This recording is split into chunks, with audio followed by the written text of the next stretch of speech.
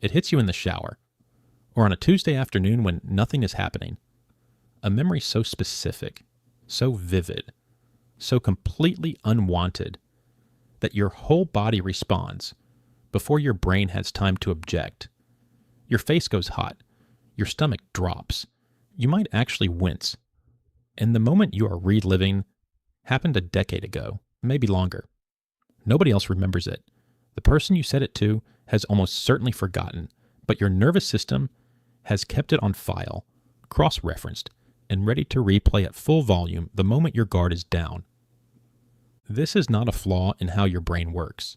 It is the system working exactly as designed. And once you understand what that system was actually built to do, you will never think about embarrassment the same way again. Your brain did not evolve to make you happy. That is the first thing to understand. It evolved to keep you alive. And for most of human history, the single greatest threat to your survival was not a predator, not starvation, not disease. It was other people. Specifically, it was the judgment of other people. Because in a world where your survival depended entirely on group membership, being seen as incompetent, untrustworthy, or low status was not a social inconvenience. It was a death sentence.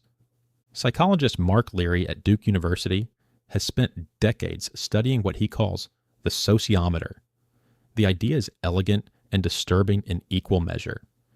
Your self-esteem, Leary argues, is not really about how you feel about yourself. It is a monitoring system, a biological gauge that tracks, in real time, how accepted and valued you appear to be in the eyes of the people around you.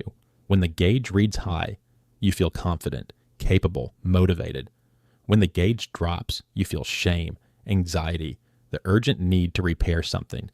Embarrassment is what happens when the sociometer alarm goes off. It is not a feeling designed to punish you. It is a signal designed to alert you. Your brain detected a moment when your social standing was at risk, when the group might have seen something that lowered their assessment of you. And it flagged that moment as important, critically important, survival level important.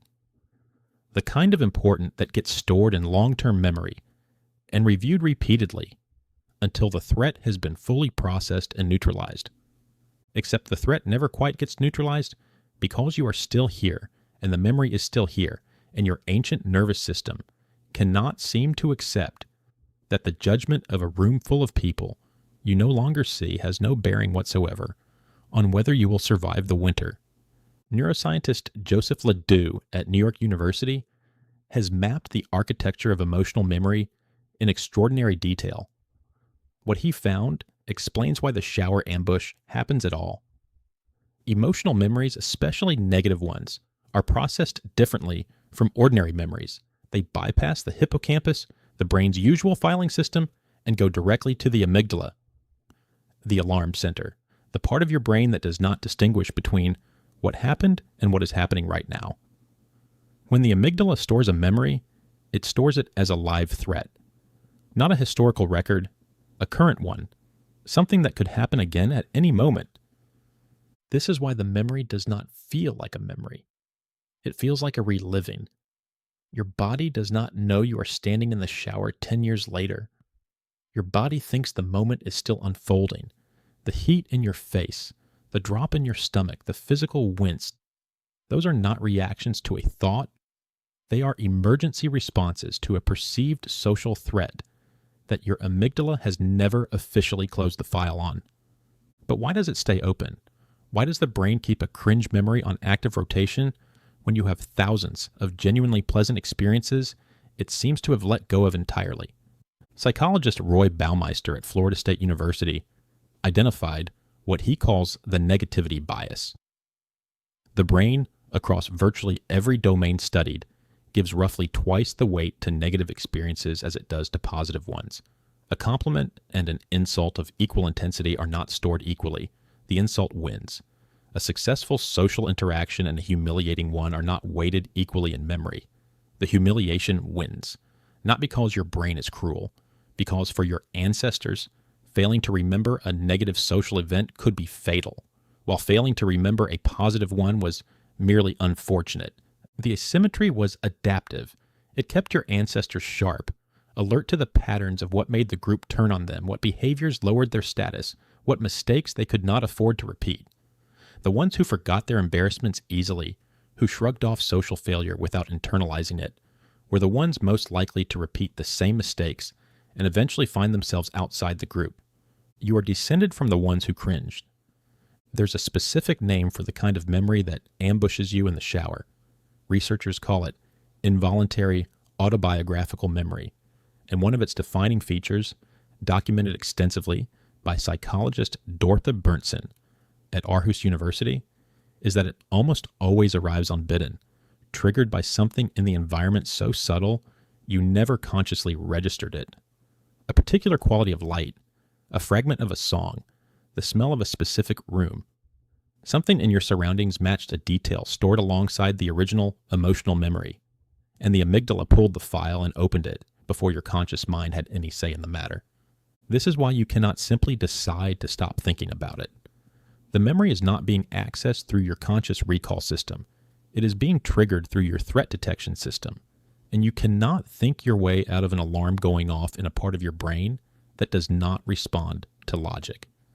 Think about what this means for the specific texture of embarrassment, not just any bad memory loops like this, specifically the ones where someone saw, where the group was present, where your social self, the version of you that exists in other people's eyes, was momentarily at risk. You do not replay private failures with the same intensity.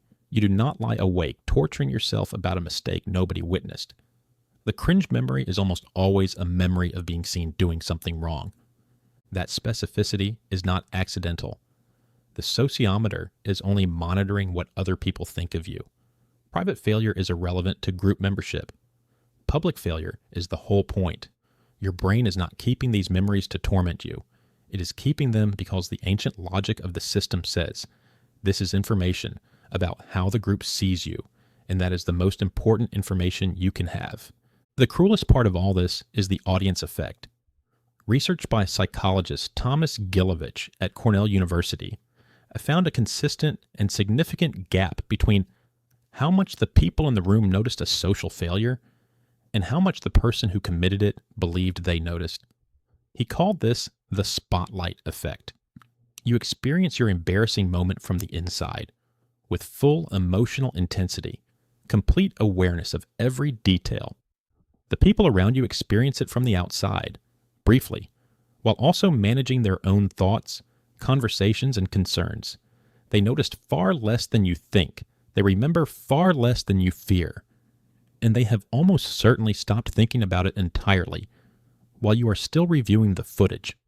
Your brain was calibrated for a group of roughly 150 people who saw each other every single day for decades.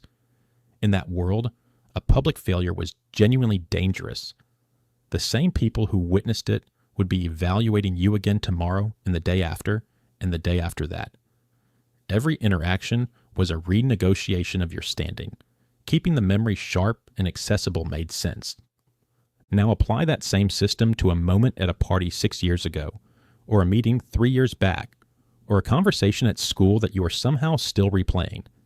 The people in that room may live in a different city. You may never see them again. Their assessment of you in that moment has had zero impact on your life. But the system does not know that. The system was built for a village. It cannot account for the fact that you now move through hundreds of social contexts with thousands of people who will never all compare notes.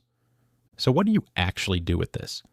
The research points somewhere surprisingly simple. Psychologist Timothy Wilson at the University of Virginia found that the most effective way to reduce the emotional grip of an intrusive memory is not suppression, not distraction, and not endlessly analyzing the original event. It is narrating it, externalizing it. Writing it down or speaking it out loud shifts the memory from the amygdala's live threat system into the hippocampus's historical record system. You are essentially telling your brain, this is something that happened, not something that is happening. The memory does not disappear, but it loses the quality of emergency. It becomes a story instead of a siren. And here is what the research consistently shows about those moments you have been replaying, The person across from you in that conversation, the one whose judgment your nervous system has been quietly terrified of for years, does not remember it the way you do. They probably do not remember it at all. They were too busy managing their own sociometer, running their own highlight reel of moments when they said the wrong thing, laughed too loud, walked into the wrong room.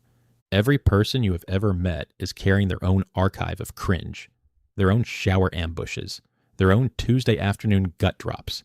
The thing your brain has been treating as a unique mark against you is, in biological terms, one of the most universal experiences a human being can have.